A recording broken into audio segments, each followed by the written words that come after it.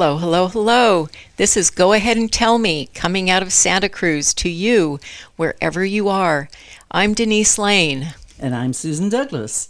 And today we are joined by Christy Licker, who is the founder of Caroline's, the non-profit thrift shop in Aptos. The store was created in memory of her daughter Caroline, and it continues to touch many lives in our community. Christy, thank you for being with us today. Thank you for inviting me to come speak with you. I'm happy to be here. Oh, it's great having you. Yes. So let's start at the beginning, if we Okay. can, Okay. of the creation of Caroline's. Would you like to go into the journey and the path you've taken? Sure. Caroline's opened in the summer of 2011, which was about 3.5 years after my daughter Caroline passed away. So sorry. Thank you. Yeah. She had quite a journey her whole life. She was a very sweet kid, a really tough kid, a very resilient kid, but she faced challenges from the get-go. I think she spent the first year of her life in the hospital more than she was home. And she continued to face challenges her whole life, but she also continued to defy every expectation that every specialist had for her. They really never diagnosed her until I got pregnant with my fourth child. And when they finally discovered what was the source of her challenges, there was so rare there wasn't even a name for it. Oh, wow.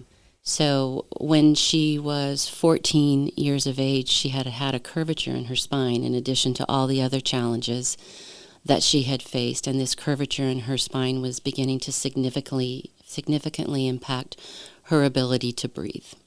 And so we consulted with a number of specialists, and it was decided that the best course for her would be to have surgery to repair this severe curve in her spine. And she never fully recovered. We spent probably 6 months in the hospital after the surgery, and we finally got to come home, but she came home a very different girl.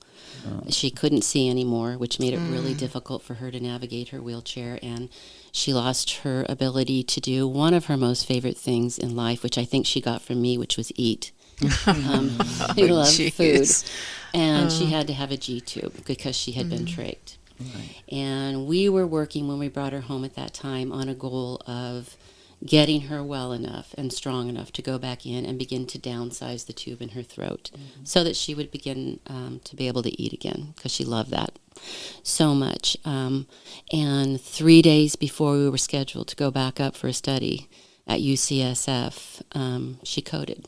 And we went in an ambulance to the hospital, and this is such a crazy story. My husband was behind me in the car, and before he could get there, they had pronounced her dead. And I was sitting in the hallway waiting for him to come, and I heard this beep, beep, beep, and they said, "Christy, you have to come back in here." And her heart was beating again, and so they transferred us to UCSF, to the PICU, where I knew everyone there because I had basically lived there for 6 months. Right. And we stayed there for probably another 3 months, and she had been intubated because she was unable to breathe on her own, and they finally, after attempting to take the tube out of her throat that was keeping her alive, they said, "Look, we don't think she's going to make it, and we don't think there's any brain activity, so we want to talk to you about it." But we ended up coming up with a plan, and the plan was that we were going to take the tube, the breathing apparatus, out, and if she survived for 24 hours, we were going to take her home. Yeah. So the whole family came to UCSF, and we spent the whole day with her, and I told her, "Sweetie, this is what we're doing. If this is it, then this is it. We're all here, but if you make it, we're going home." So I spent the night. The next morning, about mid-morning, they came in, they took the tube out, and she plugged along. She kept breathing. And we stayed there 24 hours. She had oxygen, of course, and then we were transported back home. Her heart rate was incredibly high, and they were saying, "This is the stress of what's going on in her body. She's struggling." So we get home to her room, which now looks like a pediatric intensive care unit. Yeah. And I spent most of the afternoon with a crew of nurses and professionals making sure I knew how to operate all this medical equipment. And we are thinking, because the doctors said, optimally she'll maybe make it 48 hours. Mm. And after they all left, and she's in her room now, and we can hear the fountain playing in the garden and the kids across the street and the dog is there and kind of normal household sounds. I just watched her heart rate just slow down and level out. And she was with us another 7 months. Wow. She just defied every odd. Yes. Always. Yes. So after she passed away, I was so, depressed isn't even the right word for it. No, no one can Traumatized, imagine it. yeah. No one can imagine it. So I think I went through the traditional things. It was not my first loss, but of course the loss of a child is a very different kind of a loss. Yes, indeed. Yeah. So I went through traditional grief counseling. I read, I journaled, and I just was still in this horrific funk. And this reel in my head was just focused on, sadly for me, like the horrific suffering. And finally one day I thought, she never lived her life that way. Ever. It didn't really matter what nature or anything else threw at her. She just had these qualities that kept her moving forward. And I really tried to identify what was it in her. And it was really that she was just the most resilient, graceful, and funny. Like, she never lost her sense of humor, ever. Wow. And I thought, there's my lesson. There you go. Yeah. There's my lesson. So then I thought, what is it I can do? I need to incorporate the lessons she taught me that I still use. Yeah. Yeah. I still use. And find a way, instead of this endless loop of the challenges and the suffering she went through, let's figure out a way to celebrate those qualities. Oh, that's beautiful. So I thought and I thought and I thought a number of things. Of course, because I had spent so much time, years, caring for her, everything else had dropped off my plate, which actually was a beautiful gift. My plate was empty other than caring. I still had children at home. So I thought, what is the best way to celebrate her? And the more I thought about it, I was, looking back at experiences in my past, and I had done a lot of fundraising for nonprofits, for schools, for corporations, and I realized, especially for nonprofits, that fundraising requires a tremendous amount of money and a tremendous amount of effort and energy, and that perhaps the best use of my skill and the best way to really celebrate Caroline's life would be to ease that burden, that fundraising burden. Right. So the more I thought about it, the more the idea just seemed to formulate in my mind. I thought, I want to create a way to raise money for local nonprofits that have programs and services within our community for kids who have some unique special need. And most people think of special needs, as I did when I first heard the term, as children with physical or cognitive challenges. But I wanted a broader umbrella. I wanted to be able to provide funds for children who had terminal illnesses or potentially terminal illnesses, kids who were hungry, kids who faced a number of different challenges. So the goal eventually was to raise that money, and the vehicle I kept coming back to that seemed most compatible with my skill set would be a thrift shop, because I didn't want it to look like a traditional thrift shop. I wanted it to look a bit more curated. Right. So that's how the idea came about. I just thought it would take years before it actually was able to be implemented, and it didn't. Yes. Yeah, and how was that? Businesses usually take a lot of effort and a lot of, how did that come together so quickly? Because you went from 0 to, what was it, 400,000 in 3 years or something? It was It was like honestly, it just took off. Once I said it out loud, Yeah. it's like a whole other force. It's like my secret sauce, which it's not mine. It has nothing to do with me. I shouldn't even say it like that. Once I said it out loud, the wheels just took off. Yeah. Intention. Yeah. It was It intention. was. I thought I said it out loud, and then I thought it's going to take years, so I have time to get this all together. What a dummy I was. So I first began by talking about it with my husband, who looked at me and said, what do you mean a thrift shop? Because I don't think he'd ever been in a thrift shop. Yeah. He said, you mean people will just bring you stuff every day? And I said, well, that's the goal. Yes. Right. And he said, and people will come buy other people's stuff? And I said, yes, that's also the goal, honey. That's the plan. He said, okay. He was happy that I think that I was just feeling excited about something again. Yes, absolutely. So Very then cathartic. Yeah. It was. And then I began sharing it with friends, Mm-hmm. teachers, people who had known her. This is what I want to do, and I don't want to take out a loan to do it. I'd like to build the seed money on my own. So I'm going to start with garage sales. Yeah. Because that's the whole premise kind of of a thrift shop, of Yes. making money from people's used things. So I said, I'm going to hold these garage sales. If you have things you were considering donating elsewhere, Mm-hmm. or maybe now you'll think about donating things, if you'll bring them to me, Mm-hmm. I'm going to sell them, and I'm going to keep the money in a special account, and when it's time, I'm going to use this money to open the shop. Again, I thought this would take me at least a year, Yeah, I can imagine. Yeah. 5 months Wow. before I had the money I thought I would need. And then I'm like, okay. So now I guess I need to really become a 501c3, which is, gain my nonprofit status, which again, I thought would take a very long time. It did not. That accomplished. I'm like, okay, I have the seed money. I have my plan. I have my 501c3. I need a location. And that I thought probably would be the trickiest because I wanted it to be in Aptos. Right. I wanted it to be a place with easy ingress and egress for both donors and shoppers. And I didn't think I'd find anything within my budget in a spot like that. I thought this will take forever. Within 3 months, there was a morning, all of a sudden my phone was ringing off the hook, and it was friends calling to say, Christy, that place on the corner of Trout Gulch and Soquel Yeah.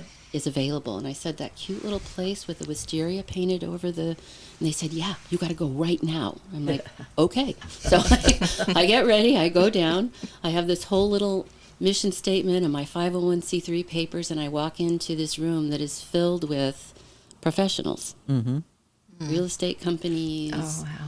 people with very established businesses. And in the back of the room is this guy that looks like this old Santa Cruz hippie. Long hair and a ponytail and jeans and a T-shirt, and that's the property owner. Right. So I kind of wait. I quietly go up and take an application. I filled it out in my car, and I waited till everybody else left because I was so intimidated. And I went in and introduced myself, and I handed in my application and said, I know I'm not your surest bet. And he looked and he said, a nonprofit thrift shop. And I said, yep. And he said, tell me about it. So I told him, and I was actually emotional. Yes, of course you would. It was so new. Yeah. And I left thinking, I'll just have to keep looking. But I got home and I thought, I'm just going to send him an email. So I wrote him an email and said, we talked this afternoon, and I probably wasn't as clear as I should have been, but if it makes you feel any better about me, I'm willing to sign a 2-year lease, and I'll pay you a month's rent. I mean, a year's rent up front. Oh, wow. Because I so believe in what I'm doing. Yeah. And I got an email back the next morning, and he's like, if you want the place, it's yours. You do not have to sign it. I'll take the 2-year lease. I don't want a year's rent in advance. Pardon me. I don't need a year's rent in advance. First and last and security deposit is sufficient. And I wish you the very best. Yeah. And we were off. He was a good man. He was a good man. And Oh, it that's played beautiful. out years later, too. He was a good man, and he believed in what we did. Yeah, that's great. Yeah. Yeah, I love the ease that things happened It's for you. continued. It's I amazing. honestly, sometimes it Yeah. doesn't take somebody like smacking a brick Yeah. on the side of my head, but it probably would have if things just hadn't, and they continue to this day. Well, I truly believe that pure intent creates that, and it Clearly. was very pure intent. Doors Clearly. just fly open. And Yeah, it it was- remains the same today, of course. Clearly. Yes. If you get to it, there's another something that just happened that's so remarkable. I just have to follow where Okay. where it's leading Well, because does it fit here? Or that's probably, I don't know right now. I mean, when we first started, there were just 7 of us. Right. Right, and can you kind of explain the growth? Because you now have, is it 70 or 80? 80. When we first started, so when the doors first opened, there were 7 of us, including me, and we worked at that time 7 days a week. And I I didn't have a business plan. Any business person is going to cringe when they hear this. I just had this idea in my head of how I wanted it to look inside the shop, how I wanted people to feel when they came there, and where I wanted my money to go. I knew I wanted it to look beautiful. I knew I wanted to be very transparent about our money was going, where our money was going. But at first, since we weren't marketing, we weren't advertising, other than, word of mouth, Word of and mouth, emails, Yeah. I would go with this other woman who was a friend of mine who was really talented. Sherry is somebody who can make something beautiful out of nothing. And we would go, the first week, we made enough profit that we could take $300 to the flea market, and we shopped and curated things and brought them back and renovated things. We would go to Gray Bears and curate things and buy things and That's come awesome. back and renovate things and stage them in a different way and turn $300 into $1,200. And then the next week, and for a year, that's what we did until we gave away money. And then things changed. People started to hear about us. The first time we gave away money, we opened in June, and the end of our fiscal year was December. So we invited 4 nonprofits, and that first year they did not have to submit an application. They wouldn't even have known who we were if I had asked. So I kind of handpicked, our board handpicked these 4 local organizations: Children's Hospice and Palliative Care Coalition. They are the reason hospice care was allowed to be provided to children without having to discontinue any services that could prolong their lives. They felt like it should be different for kids. Yeah. And Lori Butterworth and Devin Dabbs, they were the original founders of Jacob's Heart, started this. And Caroline was a part of the first pilot program they ever had in Santa Cruz County. Money went to them. Money went to Hospice of Santa Cruz County, to Jacob's Heart, and to SPIN, which is a Special Parents Information Network. And we just invited them to a very small reception. I think it was the 7 of us who were volunteering and our families and friends. They had no idea what was happening, who we were, and we presented them each with a check for $10,000. And Yeah, nice. Yeah. they were like, wait, what is this? And there was a small article in our little local paper, and donations then started to pour in. And people started to come and want to find out about us, and more people wanted to volunteer. And the next year, after being open 1 full year, we gave away $110,000. And then the next year it was $120,000. And last year we gave away $575,000, and it brought our grand total to $4,508,000. It just snowballed. That's a story and a half. That is. Yeah, that's It's just a lot so of awesome. unbelievable people and an unbelievably supportive community. Yeah. At the heart of it, it's the services provided to kids by outstanding organizations in our county. Right. Yeah, I don't that's- think people yeah. really understand, for such a small little place, how amazing it is. No, well, I we counted have the through resources. on your website, and you have 39 different organizations that you donate Exactly. to. Yeah. It's remarkable. Yeah, and it's wonderful that your segment is mostly about children and supporting children, and they're the future. I mean, it's Right. really important to support children. Yeah. Very. And families. We Yeah. did one year give away more money. I don't think we'll ever top that. We gave away $750,000 one year. And again, it was one of those things that happened, and it was exactly as it was meant to be. The space that we originally leased, we ended up being able to purchase. I had begged my landlord, if you ever decide to sell, please give me first dibs. And at that time, the plan for the Aptos Village was in progress. They were and I knew it was that corner was going to be a big deal, and that there were developers that might come in. And I said, but I knew him by then, and I said, please just give us first shot, Right. which he did. And we ended up nice. purchasing it. He was more than fair, and we bought it, but we realized a few years after that it was just not sufficient. Wasn't big enough. Well, we had that original space. We were renting the little cottage next to us, Right. and we had 3 giant storage containers. Okay. But every day we turned away donations, and just the logistics of the work that we did. We did not have a workroom. I mean, when clothes came in, we took all of us home. We took them home to launder them. Oh, right. We didn't have a work sink. We Yeah. had a big buckets. We would pour water into the buckets from the hose, heat it up in the microwave, dump it in a bucket on this back porch that Yeah. had a cover. And that's how we cleaned things and moved them into these. It was just Wild. so That Wild. was Yeah. creative. I didn't, Very that's the way creative. that we were working Yeah, then, wow. and still giving away that amount of money. So we realized we needed a different kind of a workspace at that point, and we thought, well, we'll renovate this. And a local contractor, the Talmadge Construction at that point, read about us, and he walked over and said, what is it we can do for you? I'd like to help you. Anyway, he agreed to be our contractor. Okay. Should we go forward with that? And we had a plan, an architect drew up plans, we were ready to roll, and we were looking for a place to lease while we were going to do the construction work. We were also going to have to raise about $1 million through a capital campaign, right, which was okay. no small undertaking No, Right, in addition to right. running the shop. So we moved, we found a space, which was wonderful, next door, right across the street. It was 4 times the space we had ever been in. And I found out through the landlord that a few months down the road, the space right next to that, which she also owned, was going to open up. And that was going to give us just so much more space than we'd ever had. Yeah. And as we got in there, and we're still doing demo on the place next door, literally weeks from launching this capital campaign, I was looking at the numbers at the end of every day and realizing this amount of space is allowing us to say yes to so many beautiful things, quickly process them, get them out to the floor and sell them. And our daily totals in what we were bringing in just skyrocketed. And I thought, even with $1 million capital campaign, we're never going to have this much space, ever. It just wasn't going to be feasible, even though the lot was nice sized.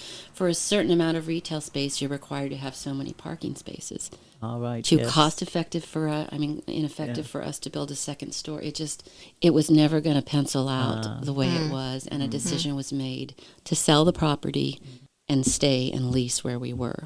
Yeah, and then you've just expanded next door, Correct. haven't you? So Yeah. that year, we sold that property, and 3 months after we sold it, everything shut down for COVID. Oh. Which meant that all the nonprofits that we had been supporting couldn't hold their fundraisers, Yeah. and their donors frequently. A lot of them their pockets were tighter too. So in a year where they were really struggling, and that the care they were providing for certain really fragile children had become more expensive and difficult due to COVID, we were actually able to give away more money than we ever had before. $750,000 that year to local nonprofits. It was just, again, it just worked out, I feel like, the way it was supposed to. Exactly. Absolutely. Yeah, I'm not surprised. I was. I always am. I'm the slow one in the room, I think. Yeah, that's amazing. So you have over 80 volunteers. That's kind of like running a small army without uniforms. And aprons. How do you keep everyone marching in the same direction, or do you? It's a fine line to walk. I want people to feel, I don't want to be a micromanager. Everybody comes with their own skill set, but we all have one thing in common, and that is that we care about children. And there's a lot of different ways to plug in volunteers at our shop. Some people are very creative. Before anybody comes to join us on the crew, we have a training session, and it's really an opportunity to share with them what we're about, but also to show them there's a lot of different ways you can volunteer here. Okay. There are probably 14 different positions Oh, really? here. Would you like to go through them? You can. No, I'm totally surprised. Listen. At the front end of the shop, there are people who work the registers, and those people have to be a little tech proficient. Remember, my volunteer crew usually are retired, so sometimes that's a little overwhelming. Yeah. You have to have usually worked at every position in the store and be a little bit of a troubleshooter if need be. Okay. You have to be able to do multiple things at once. You have to be a researcher. You have to be able to schedule appointments. You have to be able to check people in and out, manage the front end of the shop. There are 3 registers in that shop, so those are 3 positions. There are people who work on the floor, and at this point now, there are 3 different 5 different floors in the shop to work. We have a small shop, we have our main shop, and we have a new addition that just opened this week. Those people are trained a little differently. It's about greeting customers. I want every person who walks into the shop to feel welcome, whether they buy something or not. I want them to know what we're about. I want them to feel like we're helpful. If they want us to back off and let them shop on their own, then I want them to know that we're just there to help. But most of the people who come to work on the floor don't have retail experience. So that's a work in progress constantly. Right. I always want to keep things looking nice and clean. And so there's a whole crew of us who do that. There's a lot of things to dust in there. A lot. And even the way we display things. There are stagers who do the front end of the shop that isn't clothing, and they create vignettes. Yes. We set aside in the back end of the shop, which we'll go over in a minute, we curate items year-round to stage for New Year's, Valentine's, St. Patrick's Day, Cinco de Mayo, Dios de los Muertes, the 4th of July. Christmas is a huge thing, and Hanukkah at our shop. Yeah, I bet. We have 14 different Christmas trees, all with a different theme. And so all throughout the year, as things come in, we're hand-picking things that come in to decide what's the most appropriate time of the year to get them out on the floor. Right. So there are stagers who work when they come in to create those little vignettes all throughout the shop, at the back end of the shop. And then there are merchandisers, people who stage our clothing. We also pull clothing now to save it for the appropriate time of the year and pull it out. So there are people who do just that.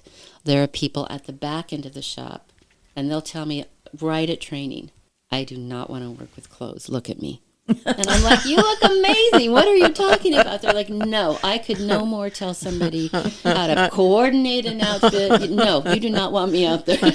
I will be the downfall.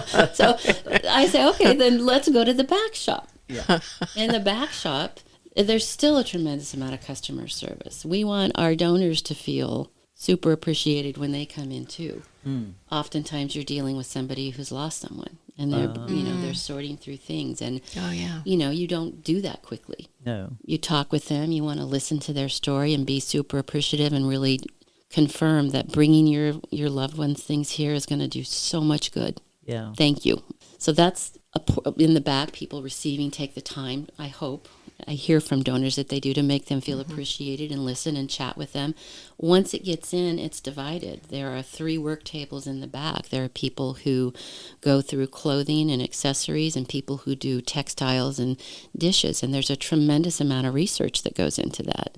We want to find the sweet spot in our pricing. All right. I always try and remind people we're not a thrift shop so much as we are a fundraiser. People bring us really beautiful things, and we can't put, say, an item you would buy at Costco, and there's nothing wrong with buying things at Costco, but you don't want to put a purse you buy at Costco out for the same amount you're going to put a handbag that somebody bought for $500. Right. So we do our homework Yes. that we still have a sweet spot for people looking to find a treasure at a really good value, but also to honor the people who brought us really special things. Right. Yeah. And there's nothing special with things coming from Costco or wherever. That we sell those all day long. It's wonderful to get it all. Yeah. But we have to do our homework in order to that makes sense. effectively fundraise. That's our bottom line. So there's a lot of research that goes into things in the back. And then there are 3 eyes on every garment before it goes out to the floor. We don't catch everything, but we want it steamed and pressed and sweaters shaved and priced appropriately in the appropriate spot. And then there are people who work in what we call the wet room, which is, we now have a washer and a dryer and a dishwasher thanks to Omega New, and a big work sink. And if things come in that are stained or they need mending, the wet room people take care of all of that. Wow. So there's a lot of places to plug in. Yeah. Well, it's impressive that you take such a wide array of content. For It your is, store, I have to say, I don't know if you've ever been into the shop. I know I you have. have, but It's amazing. the people that volunteer there are so exceptional, I think. They just, number one, they have an energy level. They range in age from, right now, 14 to 84. And it's a wonderful thing to see them all working together. Yeah. And they just have amazing energy and talents. And once they're trained, I just kind of let them be unless we need to like really focus on something. They do an outstanding job. There's a crew 6 days of the week, Monday through Saturday. There's an AM crew and a PM crew. Okay. So I think a wonderful byproduct that I never anticipated of opening this shop was the community that it would create Yes. within our shop. Absolutely. I never anticipated it, Yeah. and it is a really beautiful thing to watch. There Yeah. are people, every little crew becomes like a little pack. And when we all finally do get together, like at a potluck or something or a barbecue, I think they're always astounded. There are other people. There's a lot of us. They're kind of blown away, but they all have this commonality that they have big hearts and good energy. They now celebrate birthdays, losses. If there are groups of people, if they don't have family to share holidays with, that get together, they become that for each other. Oh, it's a great. wonderful thing is. to be a It part is. of. Truly, It is. Yeah, they're amazing. Sounds like we should join. You Susan. should. Well, We're always looking for new I'm volunteers. mulling it over as she's Yeah. talking. Yeah. What could I do? We are always looking. Always. I mean, 80 seems like a lot. Yeah. There are probably a dozen of those people who work at home. They create things for us. If you come into the shop, you'll see items that have little heart-shaped tags that say handmade for Caroline's. They're artists and quilters and seamstresses, and they bring this stuff and donate it, and we sell it and market. So those people work from home. But we are always, honestly, we could use new people always. So Okay. just so you know, That's the application's amazing. available on our website. 80 and growing. 80 and growing. Yeah. Yeah. Yeah, that's great. So you were mentioning potluck. So do you do that much throughout the year for everybody? Or We how does that do. work? I think our next one, in fact, the notice is just going out. One of the volunteers she has a beautiful garden, and we'll do a potluck, and everybody will bring something, and it's just a fun time. Again, like we have a lot of new volunteers, newer. I think the new volunteers are always just astounded to look around. Like, it's just Well, the I was speed. astounded when I went in. I'm like, people. oh my goodness, this is quite the operation. Yeah. People buzzing all over. Yeah. And it was very beautiful coming in at the Thank front, you. like what you're talking Thank about. you. Yeah. There's some really amazingly talented people Yeah. who work there, including some young kids that are really talented. Yeah. Yeah. So that's fun too. Yeah. Yeah. And then always in January we host a gifting ceremony, and that is when we give money away. Oh. It's Once a grown. year. So it's once a year. So the end of our year, as I said in the beginning, is in December, at the end of December, and in January we will host what we call a gifting ceremony. And nonprofits submit applications to us. If they meet our criteria, the board reviews them. Right. And then we decide with the money we have how much we're giving to which ones. They all get an invitation to come, but no one knows how much money they're giving. It's just a wonderful day. It's a wonderful opportunity for the volunteers to meet representatives from the organizations on whose behalf they've been working so hard, and for those organizations to mingle and talk and with the volunteers, which is just, it's such a wonderful thing. And then we do just a really quick presentation. It's not quick when there's so many of them sometimes, but we try and make it quick. Just a brief accounting of what kind of work they do, what the dollars from Caroline's helped them accomplish last year, and what they hope Nice. to do with the money they'll be getting, and how many children and families will be impacted by it. Wow, And that's as great. you look It at the is. numbers That's so nice.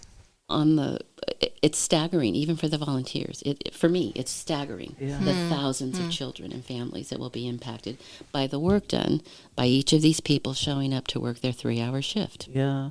So what's the criteria then? The so people criteria know? are that you must be an established 501c3 with programs and services for children Right. in Santa Cruz County. So, for example, we do provide funds for an organization like CASA, and there are CASAs throughout the United States, but the money that we give stays right here in Santa Cruz County. And then beyond that, it's where the dollars impact the greatest number of children. Yeah. There are some programs who will request, say, $10,000, and that $10,000 is going to impact, 8 children, and they're important. Yes. But the same $10,000 in another organization might benefit 250 to 300 kids. Yeah. And that's kind of where it's a juggle. You have to make because that it's decision. hard Yeah. to say no. I wish Well, of our course. Right. pockets were Yes. endless, but they're Right. not. Yeah. Where do you hold the gifting program? It's at the Cal Hay Barn. Cal Hay Barn. It's up at UCSC. Oh. Have you ever been up there? I don't believe so. don't. Oh, I've It's- seen that. It's Yeah, I've beautiful. seen it. We started off at the Community Foundation in Aptos. We outgrew it within about 3 years. There just simply wasn't course. room. And then we went to what was Cafe Rio down in Aptos. Jeannie yeah. was a friend of mine, the owner then. She said, come do it. We'll do your whole breakfast for free. Just come down. We'll do it. Nice. But we outgrew it. I mean, it was just so tiny. I'm like, and then COVID happened. I thought, what are we going to do? I want a place people feel safe. Yeah. Yeah. And I was doing some research, and this hay barn is spectacular, number one. It's a view of the ocean, but it's a barn that's been renovated. The doors at both ends roll open. So there's this beautiful nice. view. It's Yeah. really well ventilated, and I felt like it was a space people would feel comfortable in Right. Yeah. after the pandemic. Ventilation And it was everybody had on their so mind, yeah. lovely Yeah. that now we don't want to do it anywhere else. Right. It's such a beautiful spot. Though we That's are great. packing it full. Yeah. At this point. So you're in the trenches as far as running the business and as far as your nonprofit, and you must talk to some other nonprofits. Well, you donate money to other nonprofits. What are trends that you're seeing? In the nonprofit world, Yeah, and as with far as and with managing people. of them, or what I'm And as far as people donating and needs and so forth with our culture the way it is. from a needs perspective, I think the need for mental health resources for our children is staggering. Oh. In fact, Lori Butterworth, who I mentioned before, who was a co-founder of at Jacob's Heart, and then a co-founder with Children's Hospice and Palliative Care Coalition, she said her last venture is going to be a part of this new nonprofit that she's established to provide mental health counseling to children, because it's just, I think after the pandemic and then with what's going on with social media, our kids are just in crisis. And it was staggering to read grant applications coming in and the number of children needing this help for whom there was none available, or the waiting list was so... That is truly disturbing. It is.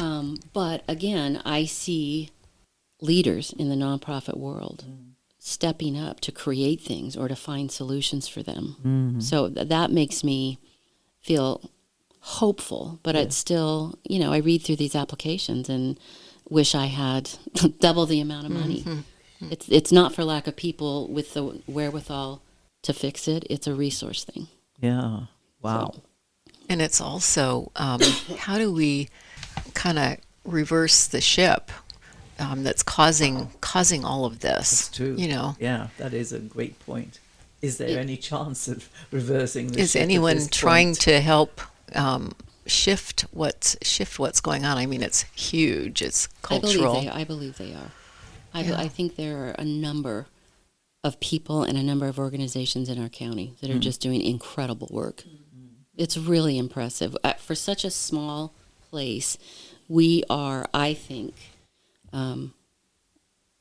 like at the forefront of some of what they're doing. We were, as I said, in all of the United States, we were the first place to authorize or to have a pilot program for children whose families wanted to receive hospice care, but they could still continue their treatment. And they had to prove from a dollars and cents perspective, as well as an overall wellness outcome, that was of benefit.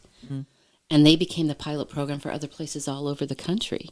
And it happened right here. That's great. Jacob's Heart, SPIN, the Special Parents Information Network, the Teen Kitchen Project. There are just so many outstanding organizations founded here that are like being used as models for other nonprofits all throughout the country. Yeah. Yeah, I Wow. was going to ask you if your model is usable for other, like you have your segment of helping children, if that type of a model is transferable to other segments. Absolutely. Yeah. I've had people come in and say, could you just tell us how you do this? I think and I'm always Yeah. happy to. I mean, the more not just kids. Kids are my thing. Right. Right, that's Right. that's where my heart is. But there are people who want to do this for the elderly or for people with mental health. There's Homeless. so many Yeah, homeless there's so issues. many causes. I think I've met with several organizations. I think the amount of work involved is overwhelming to a lot of them, and the ability to draw people in. To go volunteer someplace, it has to be an enjoyable experience for you too. Yeah. Nobody wants to show up and volunteer and have it be miserable or No, no of course fun. not. So that's a component, like Yes. to having Right. an organization like this is you Yeah. need to work your very best, Yeah. even when you're having a bad day or other people on the crew. You have you want it to be an enjoyable experience. Yeah, yeah. And also, if you're involved that way, resale has a huge impact on the environment. Huge, Yeah. huge. I mean, have you seen a particular age group that are more attracted to resale than others? Younger Younger, people. yeah. Like Oh, I think people are interesting. always surprised. They'll Yeah. come in, they'll call. We have people schedule appointments to drop off donations. We take donations on the half hour, 6 days a week.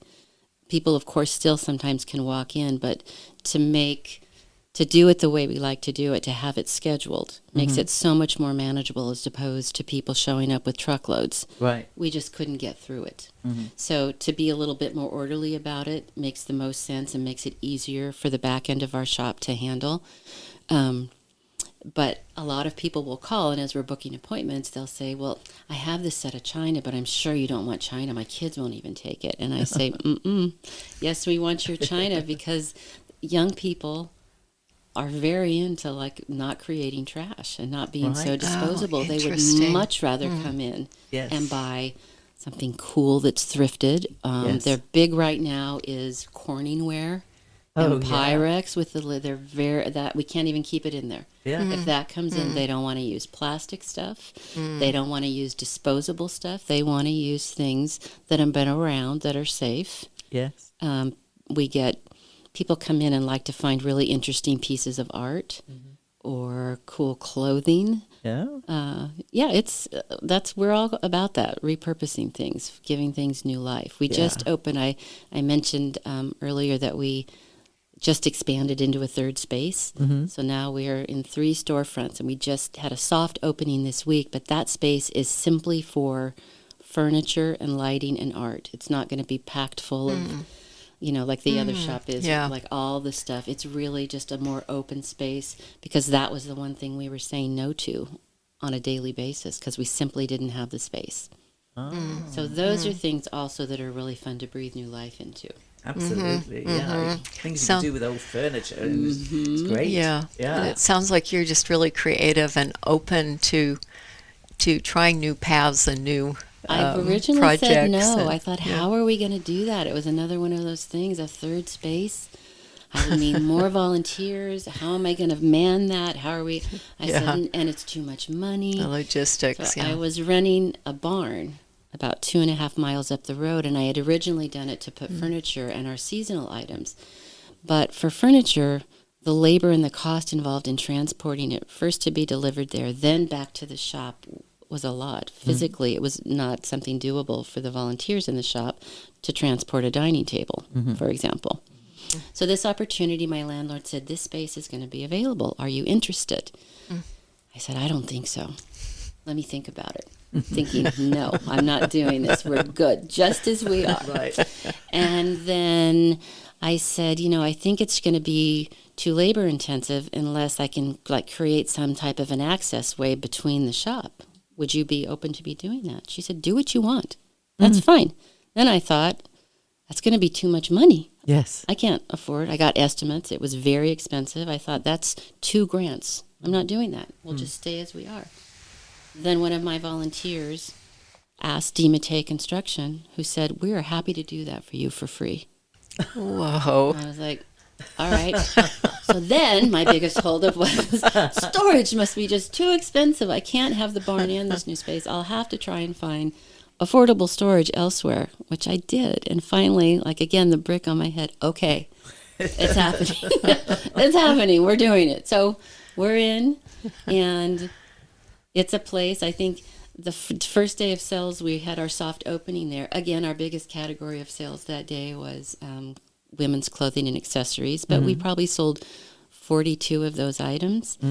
The next biggest category of sales was furniture, and we sold 2 pieces. The next biggest category was art, where we sold 4 pieces. So those are just things that sell for a little bit more money, and to have the opportunity to say yes to them and then showcase them means we can say yes now more often to those things and get them in there, which I'm hoping means more money to give away. We'll see. You'll find out. We'll see. Wow. So, in fact, you stock most items that, across the board, don't you? Pretty much. We don't, apart from electronics, maybe. We don't take big electronics. Yeah. We don't take mattresses. We don't do book-wise. We don't do books anymore. We don't do CDs anymore. When we got into that big space, I remember looking at the leads at Caroline's. Those are like the people that will run a crew on days, where I'm doing something else. They're amazing. Saying, we're never going to fill this up. Isn't it great to have all this space? And like 2 months later, we were like, where are we going to put this? We just have an abundance of riches, which is a good thing. But it does feel good to say yes to things I know we can sell for a little bit more money. Yeah. So. Yeah, well, you are definitely branching in different directions. Certainly, the funding for sick children, but for the environment, you're really doing something there. Yes. We are. Yes. You're saving a lot from landfill, I'm sure. We are. Yeah, that's great. Very, very little of. If you came in during the training, they always laugh at me. You used to say I'm cheap. Now I say I'm frugal. I'm frugal and I'm resourceful. I'm not cheap.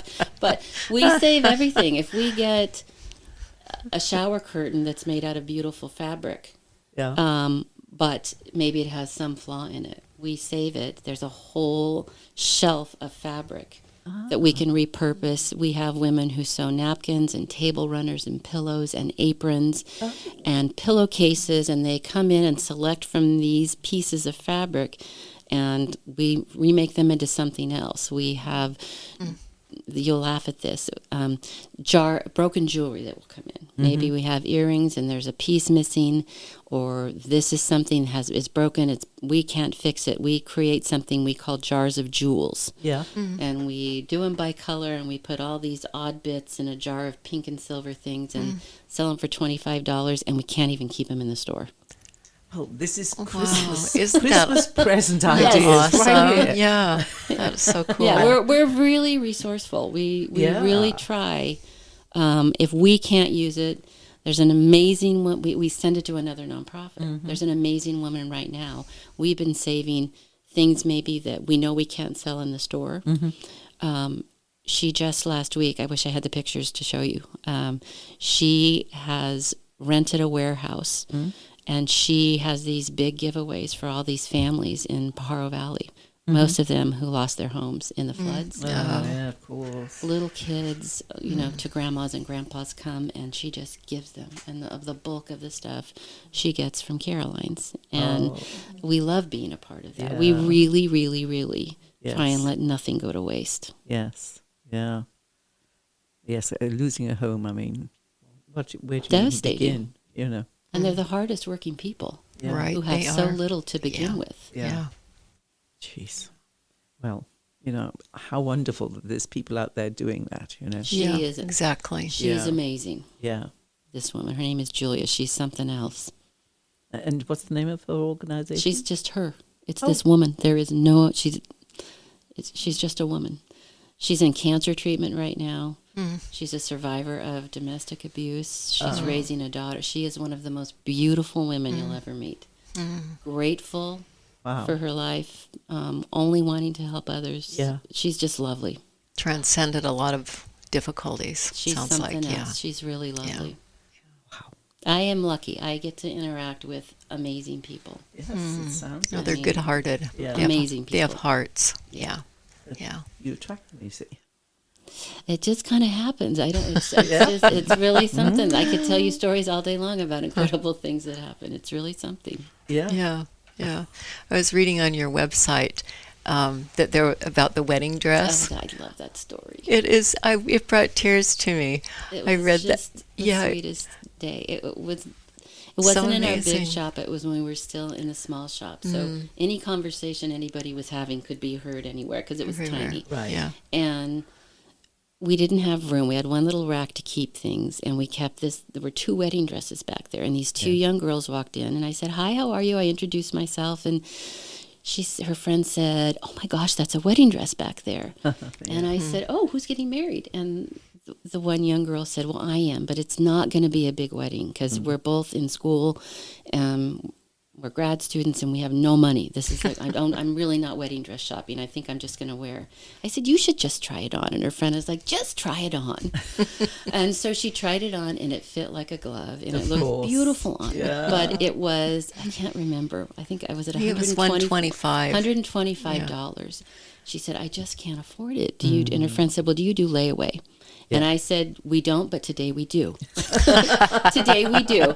So her friend said, "Okay, I'm going to put down $25 on your wedding dress." And the girl's like, "Don't do that. Don't do that." So, but she did. And I put a little envelope up there and it said, 25 to 125 minus the 20. Anyway, there's a $100 balance on the dress. There were all these other women in the room and they leave. And one by one, they came up and said, "We'd like to give you $20. Oh. We'd like to give you $25. And it was in this short amount of time, I called her and said, "You should come pick up your dress." She said, "No, I don't have the money. I still owe you $100. And I said, "No, it's paid for." Oh, It was wonderful. It was just Isn't the it sweetest. touching? Oh my gosh. Yeah, it I've just seen touches. things like that happen often. It just, with all the things that could be going on in the world or in your own life, like when you kind of witness that, just kind of, it just makes you feel like everything's going to be okay. Gives you faith in humanity again. Everything's going to be okay. We're all right. Well, I think it speaks to the community here too. Truly. I mean, really, Yes. it is great. You're in a wonderful spot. I was worried about the expenses, and I mean, every day, of moving into this new space, and which I, still am. I'm like, it's just, my overhead has increased, and I want to still be about giving away as much money as I can, because there are kids so in need. Yes. And I was still fretting about it and getting ready to open this shop, the newest shop next door. And a woman peeked around the corner where I was working on the floor, and she goes, "Christy, come here. I just want to give you guys a donation." And I said, "Well, that's not." And I was thinking she was going to give me some towels and some dishes. And she's a lady who does donate regularly. She said, "No, I want to give you a monetary donation." And I said, "Well, that's so nice." So we went up, and I said, "Well, how much is it you want to donate?" And she said, $5,000. And I don't want it to be given away. I want you to use it for what's going on here at the shop. Oh. It was 2 days before. She said, "I just want it to be earmarked for what's going on, for helping you renovate your new space." Which was just, I started to cry, and she goes, "It's okay." And I'm like, "No, it's so thoughtful. You have no idea. You've just restored my faith again."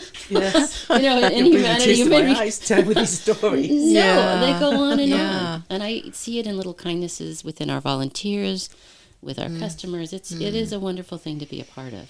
Wow. Yeah, I think that can happen when people are in their hearts and not in fear.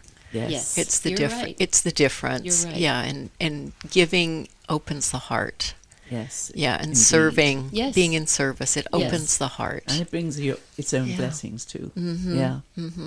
We could go on and on, but we've reached the end of time.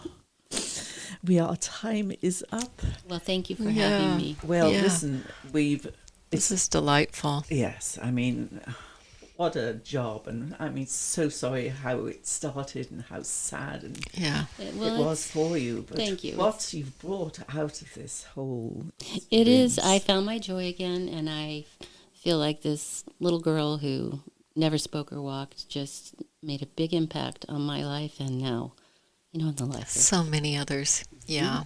Yeah, it's Open beautiful. support for so many people. Yep. Yeah. Anyway, thank you again for having Beautiful. Well, thank you for coming. We really appreciate me. No it. problem. Yes.